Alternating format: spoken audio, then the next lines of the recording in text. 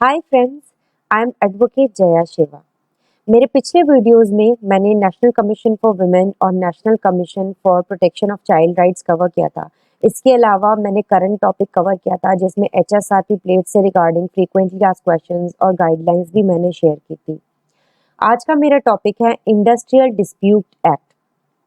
और industrial dispute act में से मैं ले ऑफ और रिट्रेंचमेंट के टॉपिक्स कवर करूंगी, जिसमें कि ये क्लैरिटी आएगी कि ले ऑफ क्या होता है, रिट्रेंचमेंट की डेफिनेशन क्या है, और जो एम्प्लॉय जो वर्कमैन लेड ऑफ है उसके राइट्स क्या होते हैं।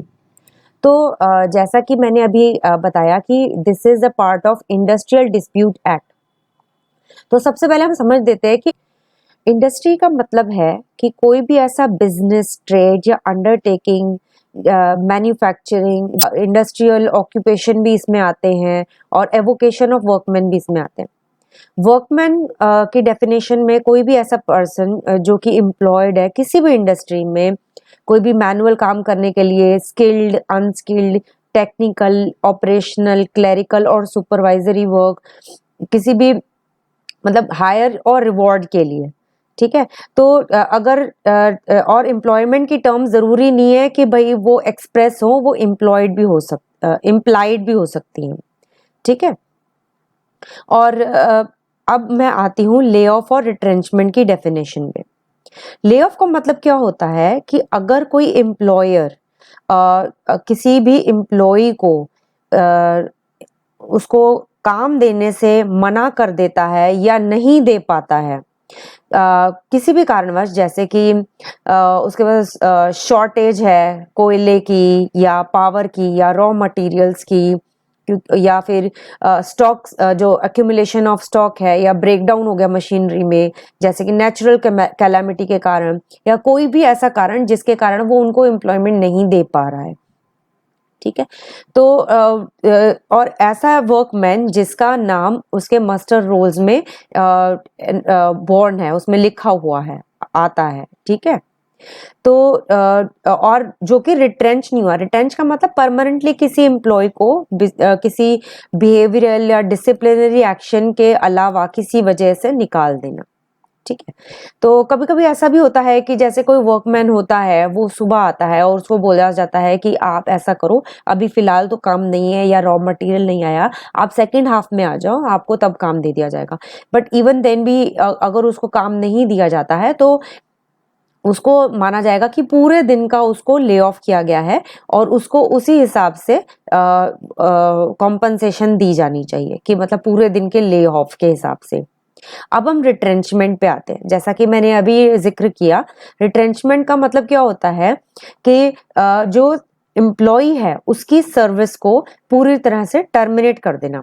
अब कोई भी रीजन हो सकता है, बट उसकी मतलब पनिशमेंट के अलावा कोई भी रीजन हो सकता है। जैसे कि punishment for the disciplinary action, जैसे कि कोई बिहेवियरल इश्यूज हैं, या फॉर एन इंस्टेंस के somebody is not reaching on time, or somebody is not performing well, or he has a not good behavior along in within the office or the work area. So except for that reason, कोई भी कारण हो सकता है। जैसे retrenchment के कारण मैं एक एग्जांपल देना चाहूंगी कि सपोज के अगर एक कंपनी है, उसमें ऐसा सोचते हैं कि भाई एक्सपेंसेस बहुत बढ़ गए हैं, तो हम ऐसा करते हैं कि जो एम्प्लॉयज है उसकी छटनी कर देते हैं, उनको कुछ को निकाल देते हैं, जिसके वजह से हमारे को थोड़े एक्सपेंसेस कम हो जाएंगे और शायद हम लोग बेयर अप कर पाएंगे एक्सपेंसेस से, और उसके बाद देन वो अपने जो भी इनकम है और एक्सपेंसेस को इवन आउट कर सकते हैं।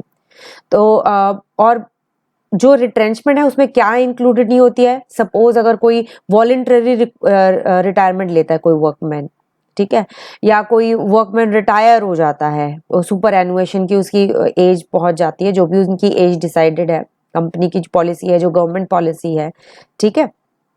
इसके अलावा अगर किसी वर्कमैन की सर्विसेज को टर्मिनेट कर दिया गया है और उसका फॉर एन इंस्टेंस 6 महीने का कॉन्ट्रैक्ट है और वो कॉन्ट्रैक्ट रिन्यू नहीं किया गया है, और तो फिर वो देखा जाए तो वो जो वर्कमैन है वो अब उस कंपनी का या इंडस्ट्री का पार्ट नहीं कहलाएगा, बट वो रिट्रेंच्ड भी नहीं कहलाएगा।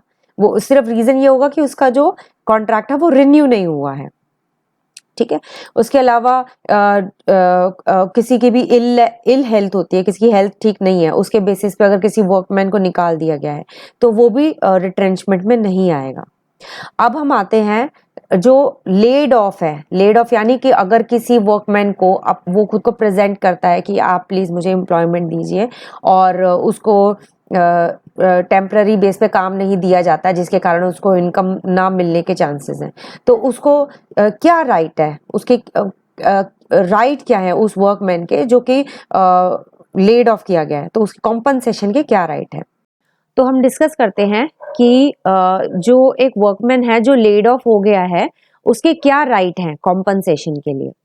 तो अगर कोई वर्कमैन है 1 साल के लिए, अगर उसने लगातार एक इंडस्ट्रियल एस्टेब्लिशमेंट में काम किया है और अगर वो बीच में मैक्सिमम 45 डेज के लिए ले ऑफ नहीं हुआ है, तो उसको उसको कॉम्पनसेशन मिलेगी। He shall be paid by the employer for all days during which he is so laid off, except for such weekly holidays, as I just as you people must be understanding कि एक हफ्ते में, for an instance कि एक हफ्ते में एक दिन की अगर उस इंडस्ट्रियल एस्टेब्लिशमेंट में छुट्टी मिलती है और पूरे हफ्ते के लिए वर्कमैन को ले ऑफ किया गया है, तो उसको सिर्फ 6 दिन का कॉम्पनसेशन मिलेगा। और वो कॉम्पनसेशन कितना होगा? 50% of the total of the basic wages and dearness allowance that would have been payable to him had he not been so laid off. तो उसको 50% कॉम्पनसेशन मिलेगी, 50% पेमेंट की कॉम्पनसेशन मिलेगी, और जो मैक्सिमम इसको मिलेगी वो मिलेगी 45 डेज के लिए। इसके अलावा workman who is not entitled to the compensation in certain cases.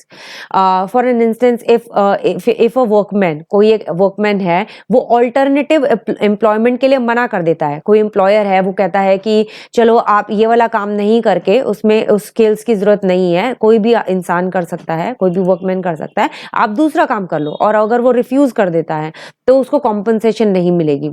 अगर एक employer कहता है, employer एक establishment का owner है और एक और एस्टैब्लिशमेंट उसने ओन कर रखी है, तो फिर वो उसको कहता है कि आप मेरी दूसरी एस्टैब्लिशमेंट में जाके काम कर लो, तब, और अगर वर्कमैन मना कर देता है तब भी वो उस कॉम्पनसेशन के लिए हकदार नहीं बनता है।